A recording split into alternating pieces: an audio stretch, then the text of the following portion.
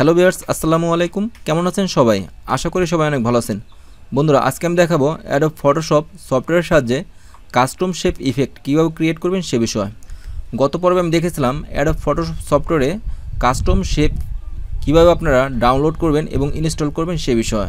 সেই পর্বটি যদি আপনারা মিস করে থাকেন তাহলে আমার ইউটিউব চ্যানেলে এসে এই ভিডিওটি দেখে নিতে পারেন। 2500+ custom shape download and install.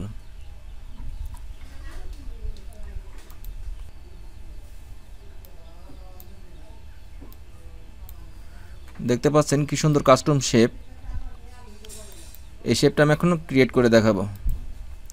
File দুটি ক্লোজ করে দিচ্ছি। কাজটা আমি কীভাবে করেছি প্রথম থেকে দেখাচ্ছি।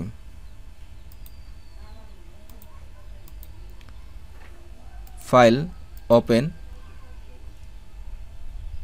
আমি এই দুটি ছবি মাউস ড্র্যাগ করে সিলেক্ট করলাম। এই দুটি ছবি লিঙ্ক আকারে ভিডিও ডিসক্রিপশন বক্সে দিয়ে দেবো। আপনাদের প্রয়োজন হলে সেখান থেকে ডাউনলোড করে প্র্যাকটিস করতে পারেন, অথবা যে কোনো ছবিতে আপনারা প্র্যাকটিস করতে পারেন। ওপেন।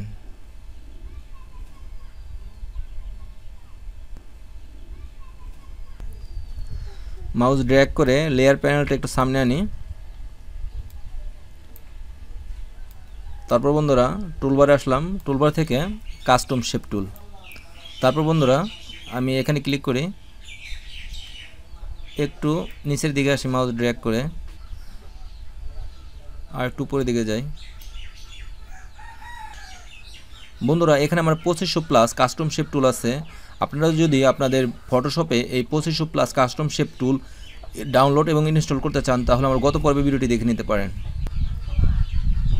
আমি এই শেপটা সিলেক্ট করলাম।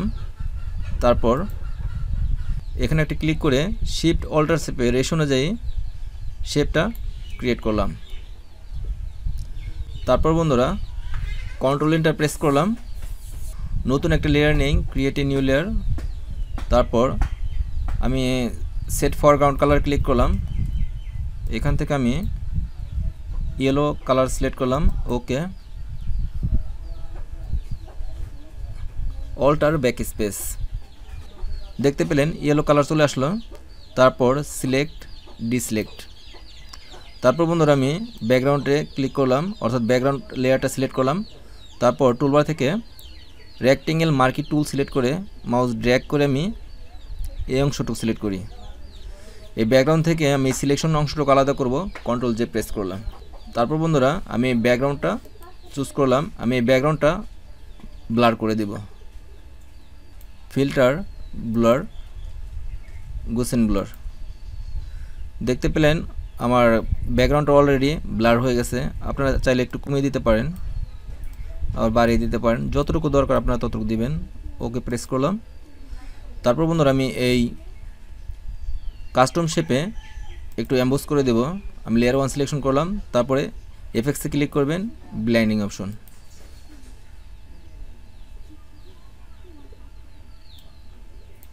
একটু জুম করি ফাইলটা, তাহলে আপনারা বুঝতে পারবেন কাজটা।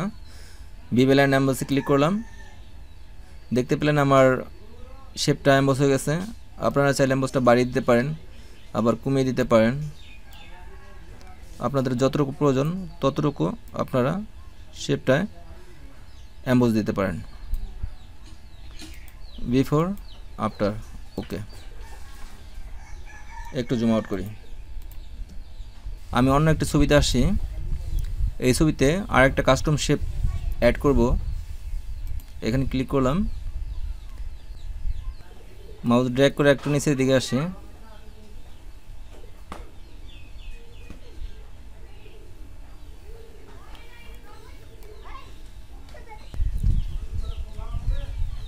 আমি এই শেপটা সিলেক্ট করলাম। তারপর বন্ধুরা এখানে ক্লিক করে শিফট অল্টার শেপে আমি শেপটা বড় করে নিলাম, আর একটা ছোট করি। কন্ট্রোল এন্টার প্রেস করলাম। পাতটা সিলেক্ট হলো, কন্ট্রোল জে প্রেস করি। তারপর বন্ধুরা লেয়ার 1 সিলেকশন আছে, এফেক্টসে ক্লিক করলাম। তারপর ব্লেন্ডিং অপশন। আমি স্ট্রোক দিব, স্ট্রোকে ক্লিক করলাম। আমার কালার সিলেক্ট করা আছে ইয়েলো কালার। আপনারা চাইলে অন্য কোনো কালার দিতে পারেন, কালো দিতে পারেন, গ্রিন দিতে পারেন, ব্লু দিতে পারেন, যে কোনো কালার দিতে পারেন। যে কোনো কালার, আমি ইয়েলো কালার দিব, তার জন্য ইয়েলো কালার চুজ করলাম। ওকে, তারপর আপনারা চাইলে অ্যাম্বোস করে দিতে পারেন, বিবেল অ্যাম্বোস ক্লিক করতে পারেন, এভাবে অ্যাম্বোস করে দিতে পারেন। ওকে, তারপর এই ব্যাকগ্রাউন্ডটা চাইলে ব্লার করে দিতে পারেন, ব্যাকগ্রাউন্ড সিলেক্ট করবেন, তারপর ফিল্টার, ব্লার, গোসেন ব্লার।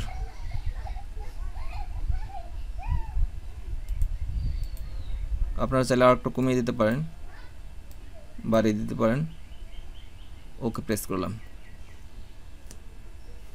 বন্ধুরা আমার দেখুন স্টেপ ফলো করে আপনারা যে কোনো ছবিতে যে কোনো কাস্টম শেপ ইফেক্ট দিতে পারেন। আমার এই ভিডিওটি ভালো লাগলে ভিডিওতে একটি লাইক দিবেন, আর আপনি যদি আমার চ্যানেলে নতুন হয়ে থাকেন প্লিজ আমার চ্যানেলটি সাবস্ক্রাইব করে পাশে থাকবেন। কথা হবে নেক্সট টিউটোরিয়ালে। আল্লাহ হাফেজ।